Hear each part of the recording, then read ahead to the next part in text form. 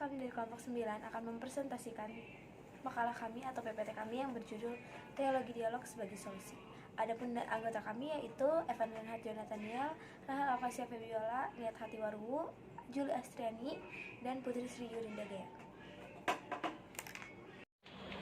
Baik, saya akan melanjutkan tentang dialog teologis. Kita tahu bahwa dialog teologis itu adalah suatu percakapan yang membicarakan tentang agama. Misalnya umat Kristen dengan umat Kristen, atau umat yang beragama Islam dengan umat yang beragama Islam.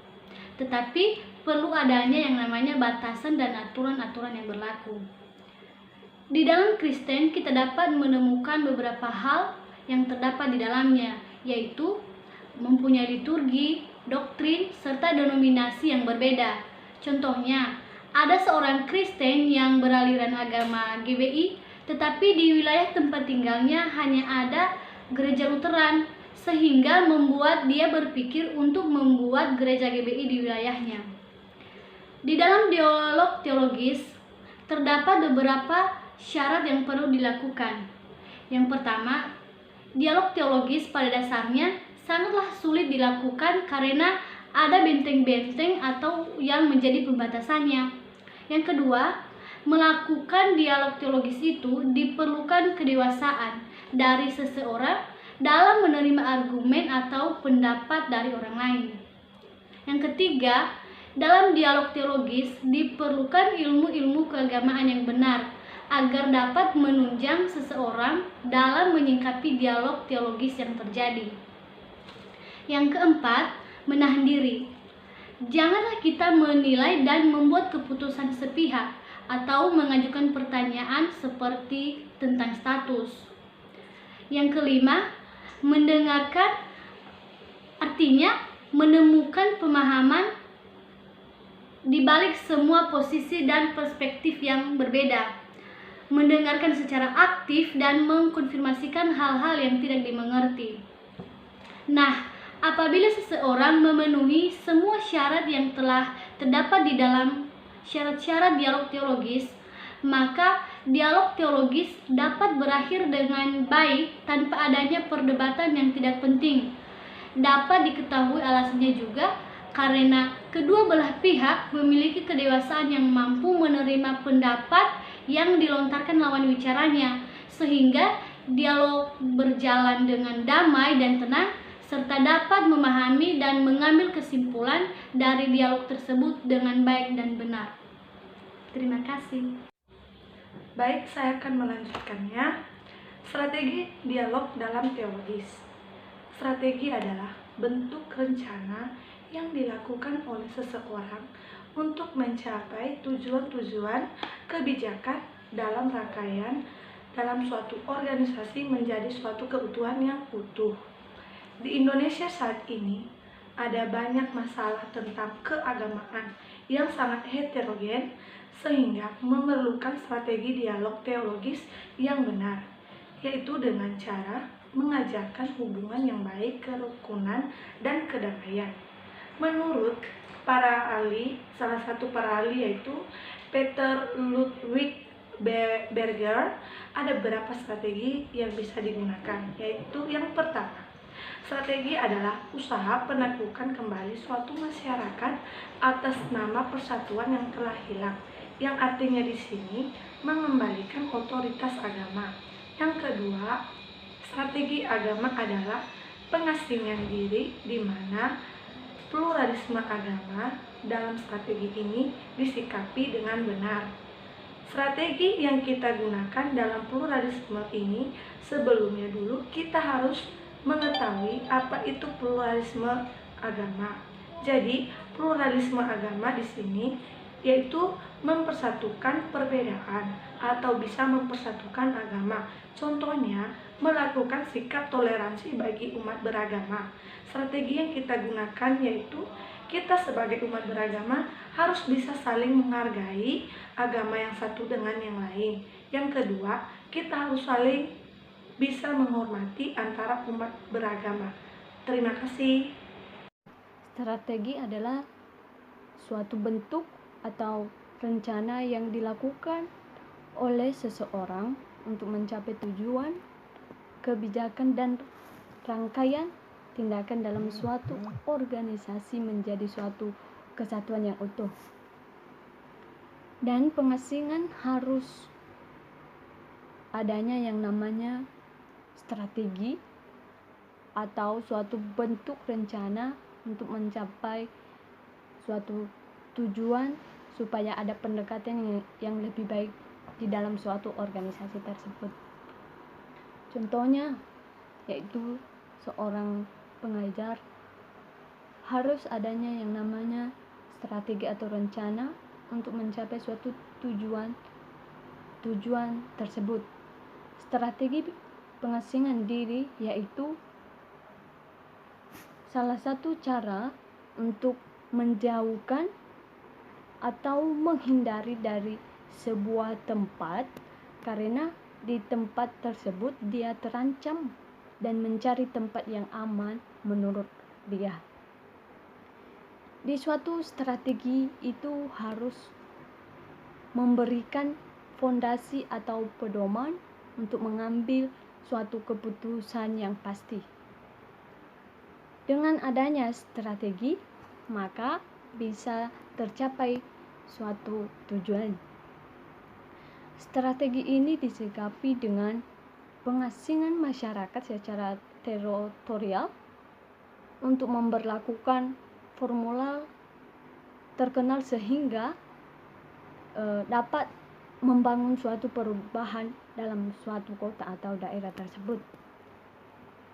Tujuannya di situ yaitu supaya bisa membangun atau memberikan perubahan yang lebih baik atau mengenai rencana yang dilakukan seseorang dan supaya bisa berdekatan di sebuah organisasi yang lain.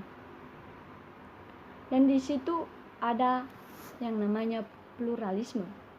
Pluralisme yaitu suatu kehidupan masyarakat berkelompok yang berdampingan secara fisik sosial atau suatu pemahaman yang menganggap suatu agama itu sama dan adanya kebenaran bagi semua agama. Dan pluralisme agama memang kenyataannya yang tidak bisa dihindari, bahkan masalah ini telah diakui dalam konstitusi yang telah ditegakkan adanya untuk masing-masing ajaran sesuai dengan keyakinan mereka. Pluralisme agama sebagai kenyataan sosial masih menimbulkan suatu problematika dalam masyarakat bila dihadapkan harus ditegakkan dalam kehidupan masyarakat. Dalam hal ini agama sering kali dijadikan sebagai sumber konflik dalam masyarakat karena dalam setiap agama berbeda-beda keyakinan mereka. Maka kita harus menggunakan pluralisme supaya kita bisa berdekatan kepada agama tersebut. Pluralisme dikaitkan dengan sikap toleransi, di mana masing-masing agama khas dan kepercayaan berpegang pada prinsip masing-masing mereka. Sehingga dalam pengasingan diri kita harus membangun suatu perubahan supaya bisa ada pendekatan di suatu agama tersebut dan supaya kita bisa membangun migrasi secara damai. Sekian dan terima kasih penjelasan dari saya. Oke, selamat siang, selamat pagi, siang, petang, dan malam waktu kalian menonton video ini. Saya dari kelompok 9 akan membahas tentang pluralisme. Seperti yang sudah kita ketahui, pluralisme adalah suatu komunitas yang saling berinteraksi antar beberapa komunitas lainnya. Kita ambil contoh seperti komunitas Kristen dan komunitas Buddha.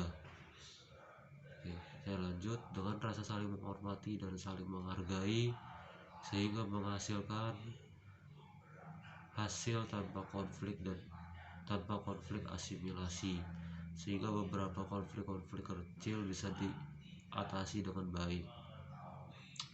Yang kedua, pluralisme agama menunjukkan adanya konsistensi agama-agama yang hidup secara damai dan tentram, karena mengarah kepada kerjasama antar umat agama. Pluralisme agama mendapat respon dari kaum agamawan yang tidak selalu bersifat eksklusivisme tetapi plural, di mana mereka dapat menerima perbedaan-perbedaan di sekitar mereka sehingga mereka bisa hidup berdampingan dengan damai dan rukun. Oke. Dari seorang tokoh yang bernama Peter L. Berger, beliau memberikan 3 contoh, yaitu yang pertama, usaha penaklukan kembali suatu masyarakat atas nama persatuan. Yang kedua, pengasihan diri, di mana pengasihan ini apabila ada sebuah komunitas yang sangat besar lalu terdapat komunitas yang sangat kecil atau minoritas, maka komunitas yang sangat besar ini atau yang menjadi mayoritas di wilayahnya akan mengasingkan komunitas yang lebih kecil sehingga wilayah mereka tetap bisa dipegang oleh komunitas mereka yang mayoritas. Yang ketiga, keterbukaan untuk dialog. Keterbukaan untuk dialog ini sangat diperlukan dan sangat berjalan seirama dengan konsep plural itu sendiri, dimana dengan keterbukaan dialog orang-orang dari komunitas-komunitas yang ada di sekitarnya dapat berdialog satu dengan yang lain bagaimana mengatasi masalah-masalah yang terdapat dalam wilayahnya, sehingga mereka dapat bekerja sama dan berjalan bersama dalam mengatasi masalah-masalah yang ada di dalam wilayahnya. Selain itu, dengan keterbukaan dialog, masyarakat bisa lebih damai, toleran, dan bisa lebih tentram dalam hidupnya, karena mereka mau menerima keterbukaan, saling menghargai semua perbedaan yang ada dalam wilayah tersebut. Dengan keterbukaan dialog juga, orang dapat mengerti beberapa aspek dari komunitas-komunitas, contohnya komunitas agama antar agama lainnya, sehingga orang tersebut dapat mengerti aspek dari sudut pandang agama-agama yang ada di dalam wilayahnya, karena dia mau melakukan dialog dengan agama-agama tertentu, sehingga dia bisa merasakan dan dapat memberikan solusi untuk mengatasi masalah-masalah yang ada dalam wilayahnya, khususnya dalam perbedaan agama. Akan mengasingkan komunitas yang lebih kecil sehingga wilayah mereka tetap bisa dipegang oleh komunitas mereka yang mayoritas.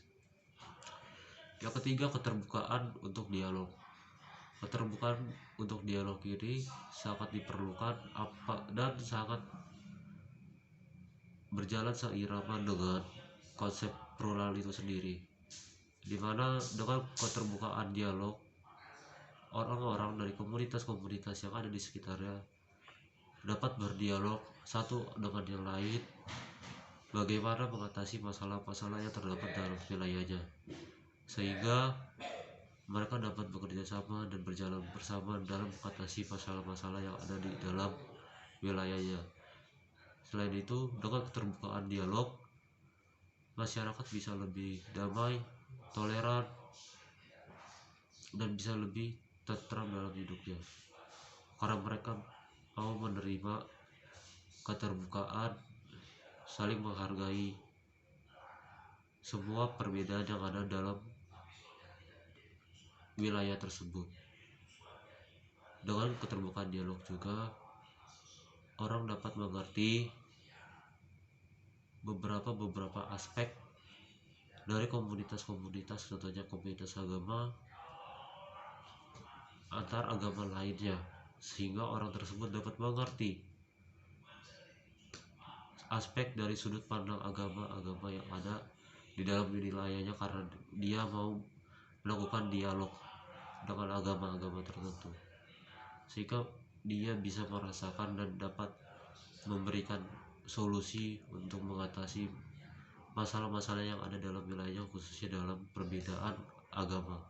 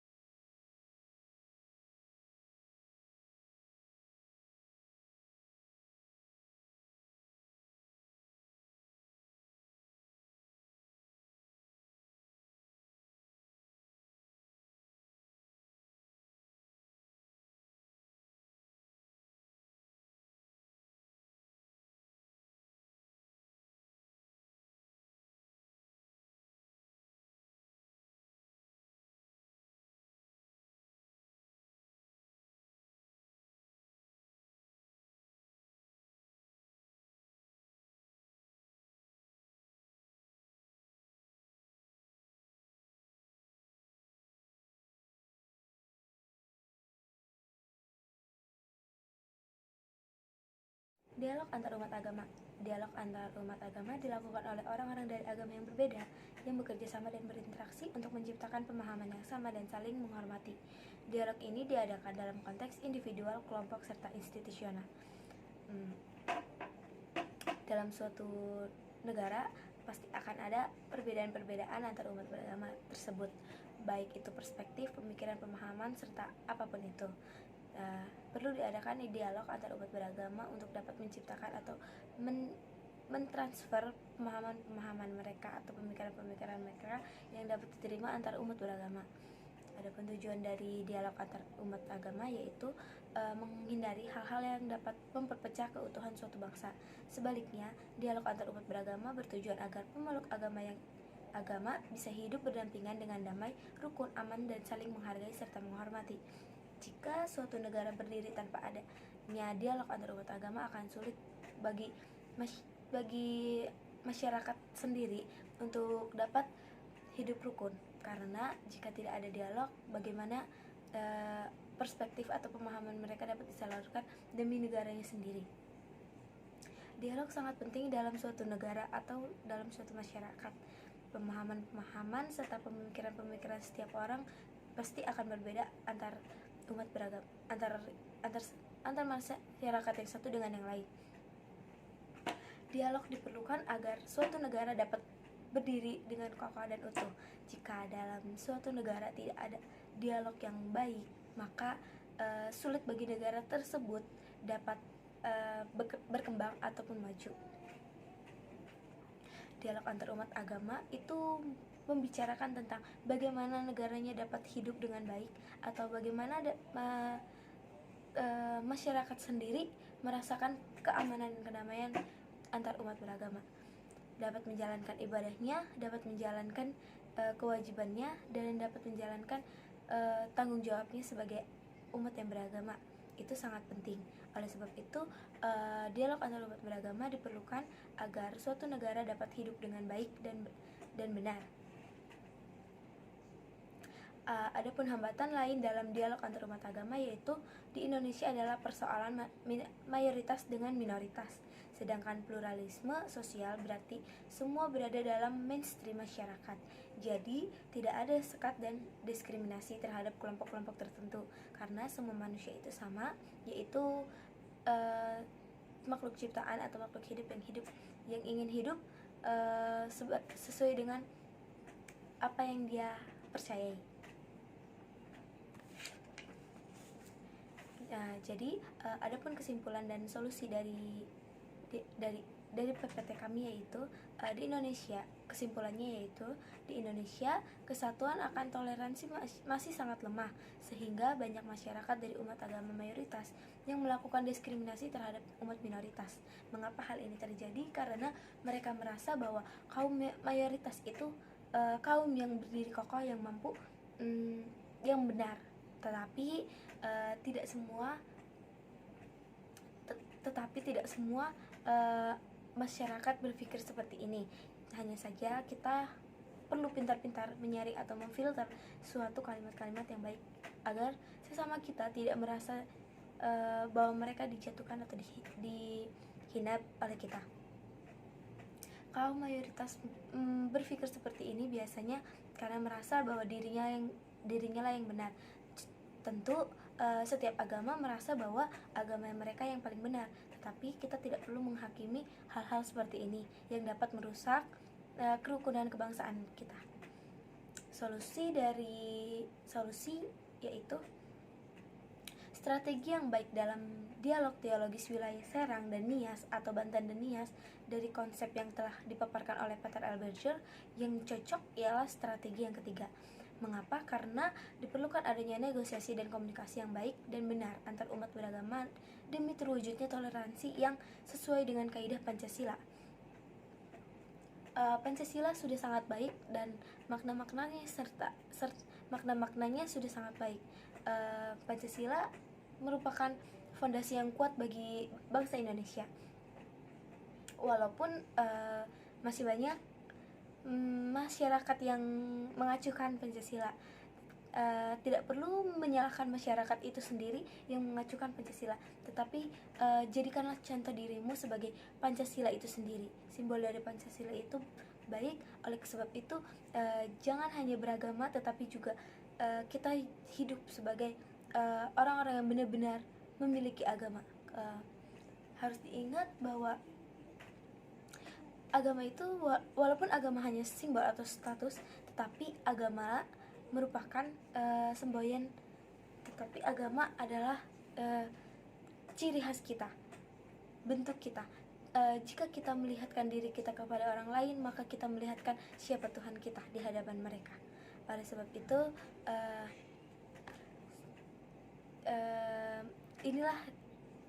inilah yang harus kita kembangkan, inilah yang harus kita perhatikan untuk kita dapat hidup beragama dengan baik dan benar terhadap sesama kita. Demikian dari kelompok kami, kurang lebihnya kami memohon maaf atas semua kesalahan yang kami perbuat, dari kecakapan kami yang terlalu lambat atau terlalu pelan, dari pemahaman yang kami yang masih kurang didengar atau tidak sesuai. Kami mohon maaf atas itu semua, kurang lebihnya kami mohon maaf. Terima kasih. Apa yang dia percayai. Jadi adapun kesimpulan dan solusi dari PPT kami yaitu di Indonesia, kesimpulannya yaitu di Indonesia kesatuan akan toleransi masih sangat lemah, sehingga banyak masyarakat dari umat agama mayoritas yang melakukan diskriminasi terhadap umat minoritas. Mengapa hal ini terjadi? Karena mereka merasa bahwa kaum mayoritas itu kaum yang berdiri kokoh, yang mampu, yang benar. Tetapi tidak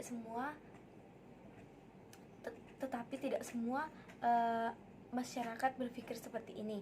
Hanya saja kita perlu pintar-pintar menyaring atau memfilter suatu kalimat-kalimat yang baik agar sesama kita tidak merasa bahwa mereka dijatuhkan atau dihina oleh kita. Kaum mayoritas berpikir seperti ini biasanya karena merasa bahwa dirinya lah yang benar. Tentu setiap agama merasa bahwa agama mereka yang paling benar, tetapi kita tidak perlu menghakimi hal-hal seperti ini yang dapat merusak kerukunan kebangsaan kita. Solusi yaitu strategi yang baik dalam dialog teologis wilayah Serang dan Nias atau Banten dan Nias dari konsep yang telah dipaparkan oleh Peter L. Berger. Yang cocok ialah strategi yang ketiga. Mengapa? Karena diperlukan adanya negosiasi dan komunikasi yang baik dan benar antar umat beragama demi terwujudnya toleransi yang sesuai dengan kaidah Pancasila. Pancasila sudah sangat baik dan makna-maknanya sudah sangat baik. Pancasila merupakan fondasi yang kuat bagi bangsa Indonesia. Walaupun masih banyak masyarakat yang mengacuhkan Pancasila, tidak perlu menyalahkan masyarakat itu sendiri yang mengacukan Pancasila, tetapi jadikanlah contoh dirimu sebagai Pancasila itu sendiri. Simbol dari Pancasila itu baik, oleh sebab itu jangan hanya beragama tetapi juga kita hidup sebagai orang-orang yang benar-benar memiliki agama. Harus diingat bahwa agama itu walaupun agama hanya simbol atau status, tetapi agama merupakan semboyan, tetapi agama adalah ciri khas kita, bentuk kita. Jika kita melihatkan diri kita kepada orang lain, maka kita melihatkan siapa Tuhan kita di hadapan mereka.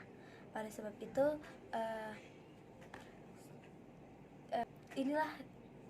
inilah yang harus kita kembangkan, inilah yang harus kita perhatikan untuk kita dapat hidup beragama dengan baik dan benar terhadap sesama kita.